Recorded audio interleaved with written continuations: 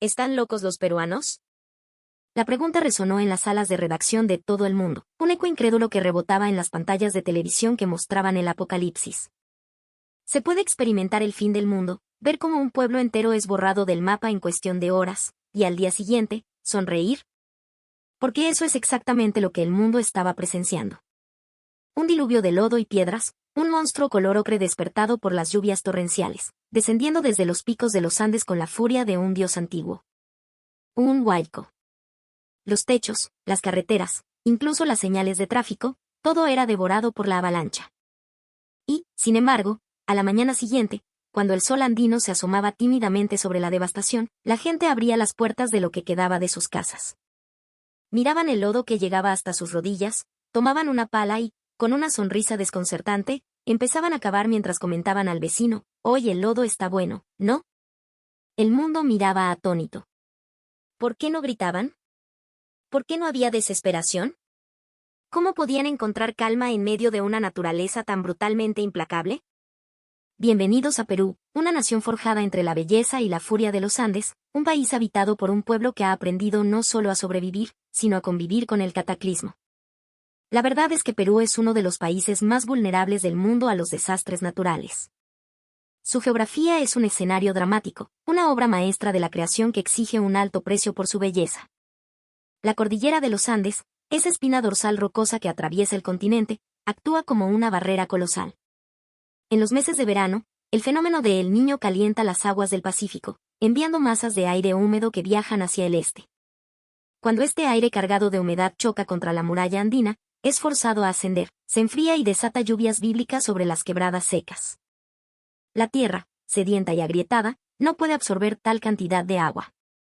Se satura, se licúa y, obedeciendo a la ley de la gravedad, se precipita cuesta abajo, arrastrando todo a su paso, rocas del tamaño de automóviles, árboles, casas, vidas. Es la anatomía de un huayco, un fenómeno casi exclusivo de esta región del mundo. Pueblos enteros como los de Huarochirí o Chosica, enclavados peligrosamente en los valles, viven bajo esta amenaza constante. En las regiones del norte, como Piura, las inundaciones pueden convertir ciudades en lagos durante semanas. No es raro encontrar casas en los Andes con las entradas en el segundo piso, una adaptación silenciosa a la certeza de que, tarde o temprano, la planta baja pertenecerá al río o al lodo. Pocos lugares habitados en el planeta enfrentan una furia tan recurrente. Y sin embargo, en este país donde la tierra tiembla y los cerros se deshacen, los trenes intentan mantener su horario, las carreteras son despejadas por ejércitos de voluntarios y la gente vive con una serenidad que desafía la lógica. Esta convivencia con la catástrofe no es resignación, es la cristalización de una sabiduría ancestral. El huayco es una prueba. A veces aplasta techos, bloquea caminos y paraliza la vida. Pero los peruanos no lo ven como un enemigo al que derrotar, sino como un viejo conocido con el que han aprendido a dialogar a lo largo de los siglos. Diseñan la inclinación de sus techos, sus comunidades se organizan para descolmatar los ríos, y a veces, arriesgando la vida, se adentran en el lodo para rescatar a un vecino. En sus rostros se lee el temor a la naturaleza, sí, pero también la determinación de vivir junto a ella. Cuando la emergencia pasa, ese mismo lodo, rico en minerales, fertiliza los campos. El agua que trajo la destrucción nutre la tierra que dará papas, maíz, vida. Generar calidez en medio de la frialdad y el caos, esa es la belleza paradójica de la resiliencia peruana. No evitar el desastre, sino vivir a través de él. Esa sabiduría y fortaleza han moldeado la cultura de esta nación. En el silencio fangoso que sigue a la avalancha, es donde el calor humano brilla con más fuerza. Esa es la historia que Perú le ha estado contando al mundo durante siglos. La magnitud de estos desastres supera con creces la imaginación del mundo. En los archivos de la historia peruana, el aluvión de Yungay en 1970 se erige como un monumento al poder destructivo de los Andes. Un terremoto desprendió un gigantesco bloque de hielo y roca del Nevado Huascarán. La avalancha descendió a más de 300 km por hora, una ola de barro y muerte de casi 80 metros de altura que sepultó la ciudad de Yungay y a sus 25.000 habitantes en menos de 3 minutos. Solo se salvaron aquellos que corrieron a la parte más alta del cementerio de la ciudad, una colina que se convirtió en una isla en un mar de desolación. Hoy, el lugar es un camposanto donde solo sobresalen las puntas de 4 palmeras de la antigua plaza. Pero no se necesita un evento de esa magnitud para que el caos se desate. Cada año, la carretera central, la arteria vital que conecta la capital, Lima, con el corazón de los Andes, se convierte en un escenario de vulnerabilidad extrema. Es una serpiente de asfalto que se retuerce entre abismos y picos, considerada una de las rutas más peligrosas del mundo. Cuando un huaico corta esta vía, no solo detiene el tráfico, detiene el pulso de una nación. Y fue allí, en esa trampa de asfalto y roca, donde el mundo, a través de los ojos de un hombre, estaba a punto de descubrir el secreto del espíritu peruano. El geógrafo climático extranjero, un tal Dr. Peterson, lo describió en su libro como el milagro andino. El Perú es un caso de estudio asombroso, escribió. No existe otra nación que, con tal regularidad de desastres de esta escala, mantenga una cohesión social tan robusta. En cualquier otro lugar, el colapso de una vía como la carretera central significaría el caos absoluto, saqueos, violencia. En Perú, ocurre algo distinto. Algo que la ciencia no puede explicar del todo.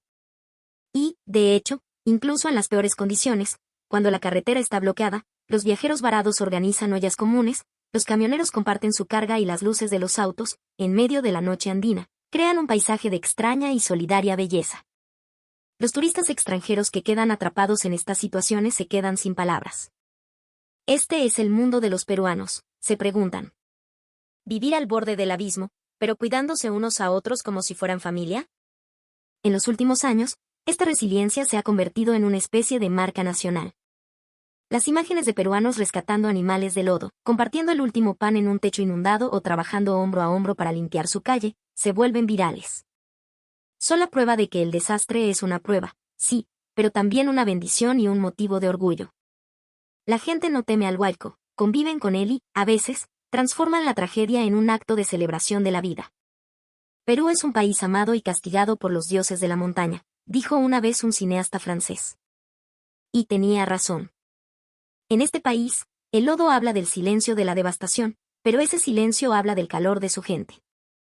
Puede que haya muchos países en el mundo que sufren desastres, pero no hay ninguno que haya pulido su alma en el barro como el Perú.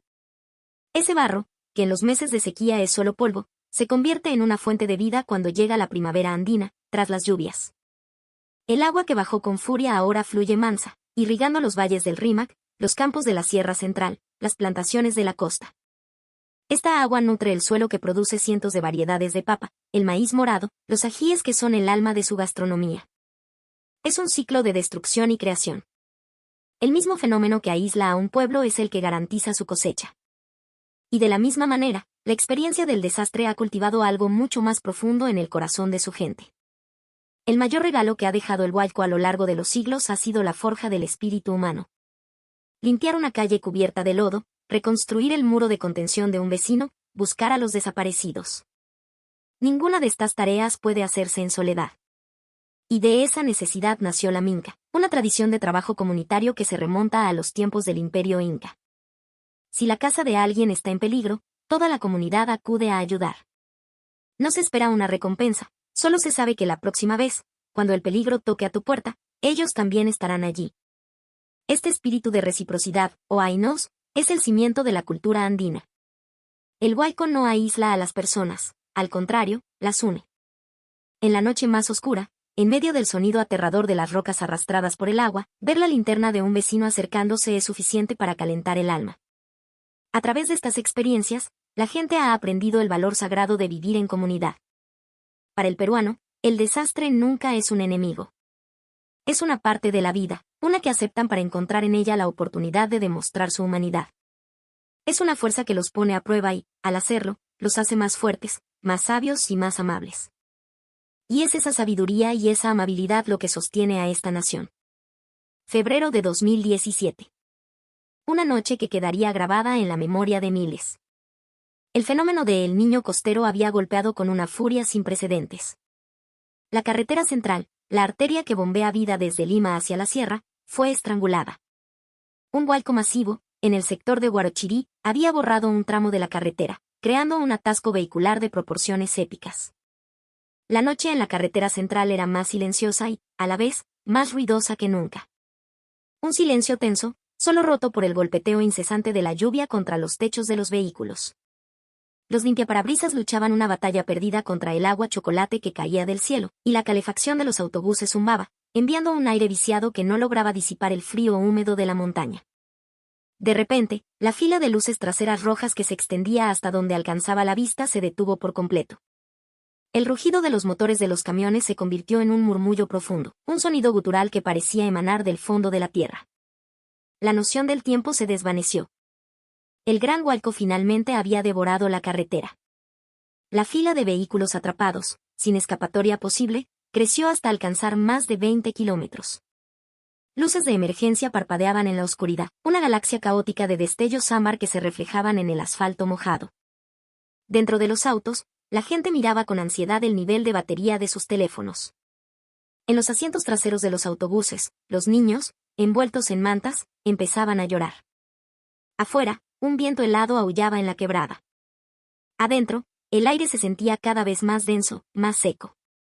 La angustia no se convertía en gritos, sino en un silencio pesado, mientras la lluvia incesante golpeaba los parabrisas, erosionando los nervios. Al amanecer, el viento arreció. La lluvia se convirtió en una cortina sólida que borraba el paisaje. Un olor a llanta quemada, a metal recalentado y a gasolina se mezclaba con el olor penetrante de la tierra húmeda, aumentando la sensación de asfixia en ese mundo atrapado. Y entonces, en medio de la desesperación, algo increíble sucedió. Desde el frente de la fila, una columna de humo cálido y fragante comenzó a serpentear entre los autos. Se escucharon voces, y luego, unos golpes suaves en la ventana de un autobús. Amigo, buen día. ¿Gusta un poquito? Para el frío. Por la ventana, un hombre con un mandil manchado ofrecía un plato de tecnopor humeante. Dentro, trozos de pollo dorado, papas fritas crujientes y una ensalada fresca. Era el aroma inconfundible del pollo a la brasa. El hombre era el subgerente de una pequeña pollería familiar situada a un costado de la carretera. El local estaba cerrado por la emergencia, pero dentro, en la cocina donde solo el reloj de pared avanzaba, él y su familia habían estado pensando. Tenían el frigorífico lleno de pollos. Afuera, había miles de personas atrapadas, hambrientas y con frío. La respuesta era una sola. Cuando vi todo eso, no podía quedarme de brazos cruzados, diría después. Si tienes algo que dar y ves a alguien que lo necesita, simplemente lo haces. Llamó a su familia, a sus 2 empleados que vivían cerca, y encendieron el horno. El carbón crepitó. El aceite chisporroteó en la freidora. Las brasas rugieron, y los pollos en el espiedo comenzaron a girar, dorándose lentamente. La luz de la pollería era apenas un punto titilante en la inmensidad de la noche, pero dentro de esa cocina, se estaba gestando un milagro de calidez. Pollo a la brasa, papas, ensalada, ají. Lo empacaron todo en cientos de recipientes, lo cargaron en cajas y salieron a repartirlo.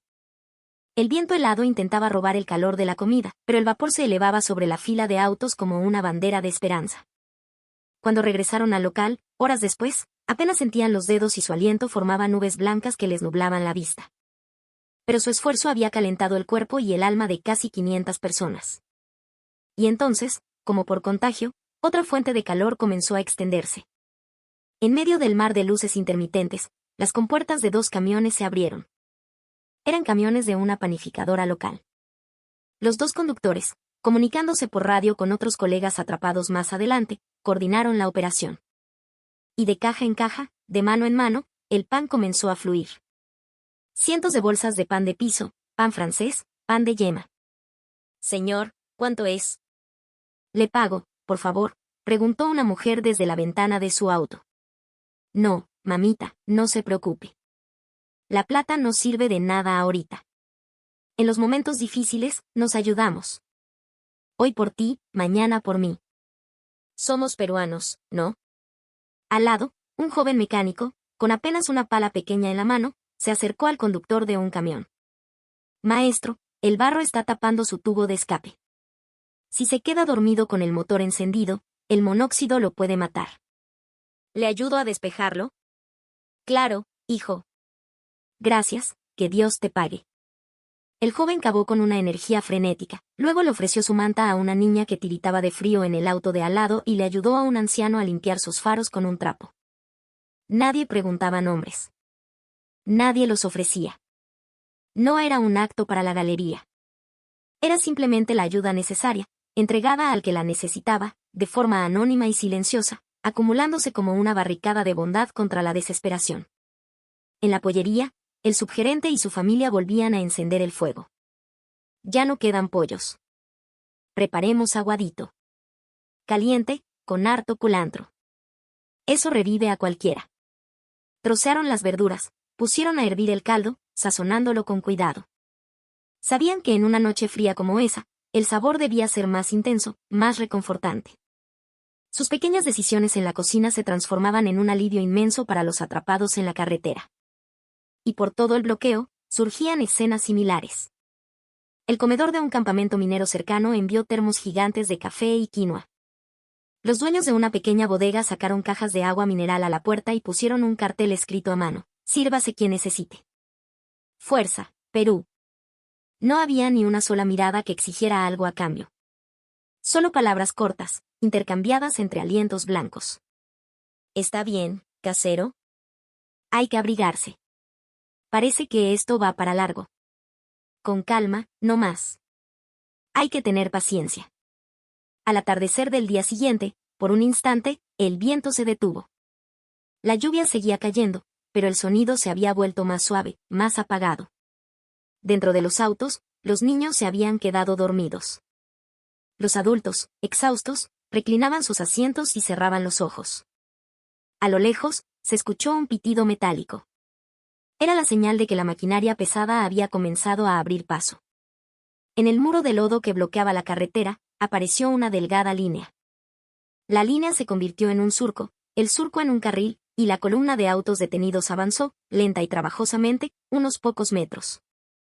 A la mañana siguiente, el lodo seguía siendo profundo y la ayuda oficial tardaba en llegar, pero los rostros de la gente estaban más serenos que el día anterior. Alguien doblaba con cuidado la bolsa de la pollería y la guardaba en la guantera. Otro usaba la bolsa de pan para recoger su basura. Una familia saludaba con la mano a los ocupantes del auto de al lado, con quienes habían compartido la noche. Nadie recordaría los nombres, solo el calor de las manos y el olor a comida caliente. Este suceso, eventualmente, llegó a las noticias internacionales. Las imágenes enviadas por satélite fueron subtituladas en inglés. The Spirit of Minca, decían. El espíritu de la ayuda mutua, una promesa forjada en los Andes a lo largo de incontables generaciones. Un académico en una universidad lejana quizás lo llamaría capital social de resiliencia. Pero la gente que estuvo en esa carretera sabía que era algo mucho más simple. Sabían que si lograron sobrevivir a esa noche fue gracias a las palabras de un extraño, un tome, por favor y un está bien. Cuando el tráfico finalmente se liberó y los autos comenzaron a pasar, en la cocina de la pollería solo se oía el sonido de la limpieza. El dueño apagó la última hornilla y secó la última olla. Afuera, el paisaje seguía siendo blanco y marrón, una mezcla de neblina y lodo. Suspiró y murmuró para sí mismo: si vuelve a pasar, lo volveremos a hacer. La naturaleza sigue siendo implacable. No cambia. Lo único que cambia es la acción que eligen las personas. No luchar contra el hualco, sino, en medio de él, compartir un poco de calor para mitigar el frío de alguien más. Y esa elección, una y otra vez, acumulada, es la que traza un camino cálido sobre la tierra devastada. Y entonces recordamos. El desastre pone a prueba a la gente, pero es en las pruebas donde las personas se vuelven más amables. Esa noche, en la carretera central, las innumerables y pequeñas buenas acciones fueron una luz mucho más poderosa que la tormenta y más cálida que cualquier refugio. Mientras el espíritu de la Minca exista, el invierno andino, por más duro que sea, nunca dejará a nadie solo. En uno de los autos atrapados en esa noche de pesadilla, no solo había peruanos. También estaba John Anderson, un periodista estadounidense, corresponsal de una importante cadena de noticias internacionales. Era su primer viaje a Perú, y esperaba con ansias documentar los paisajes nevados de la Sierra Central. Lo que había visto durante el día, los valles verdes y los picos imponentes, le había parecido una pintura. El invierno peruano tiene una belleza silenciosa, había dicho a su camarógrafo. Pero esa noche, en la carretera central, cuando su vehículo quedó inmovilizado, la situación cambió drásticamente. Fuera de la ventana, la oscuridad parecía tragarse el sonido. El interior del auto se enfriaba por momentos. El conductor del taxi, un hombre mayor de hablar pausado, repetía con calma: tranquilo, jefecito. Ya pasará. Siempre pasa. Pero la ansiedad en una tierra extraña era abrumadora. El tiempo se estiraba, y la impaciencia de John crecía. ¿Cuánto tiempo más tendremos que esperar?, murmuró, cuando un golpe seco sonó en su ventana. De pie, bajo la lluvia, había un hombre con ropa de trabajo. Su rostro estaba enrojecido por el frío, su aliento era una nube blanca, pero en su cara había una sonrisa serena. Amigo, no es mucho, pero algo es algo, dijo. En sus manos, una bolsa de plástico con varios panes. Era uno de los conductores de los camiones de la panificadora. Atrapado en el mismo infierno, estaba repartiendo su carga. John, atónito, sacó su billetera y preguntó en un inglés apresurado, «¿How much?» «How much is it?» El hombre negó con la cabeza y dijo en un español claro y pausado, «No es nada, señor. En los momentos difíciles, nos ayudamos. En los momentos difíciles, nos ayudamos». ¿Por qué? ¿Era posible un acto de bondad sin esperar nada a cambio? En ese instante, John sintió un calor intenso en el pecho. En esta noche helada, un completo desconocido le estaba tendiendo la mano. Era una calidez que el dinero no podía comprar, una que trascendía el lenguaje.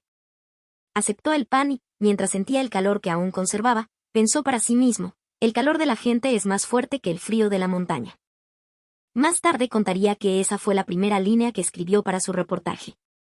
Y pronto, una reacción en cadena se desató en la fila de autos. El conductor de al lado compartió una manta. Desde otro auto, ofrecieron una botella de agua. La noticia de que estaban repartiendo comida se difundió por las redes sociales, y la gente a su alrededor comenzó a hacer lo que podía. Pequeños actos de bondad floreciendo uno tras otro en medio de la tormenta. Cuando una luz tenue comenzó a teñir el cielo, revelando la magnitud del desastre, John miró por la ventana y le dijo a su camarógrafo, «En este país, la gente se ayuda por instinto. No es una decisión. Es parte de su cultura». Su testimonio fue recogido por medios de todo el mundo. La BBC, CNN y foros de Internet en Estados Unidos hicieron eco de la historia. Se viralizó bajo el titular, «El milagro de la solidaridad en los Andes». La sección de comentarios se llenó de voces de admiración. «Lo que repartió no fue pan, fue esperanza», escribió un usuario.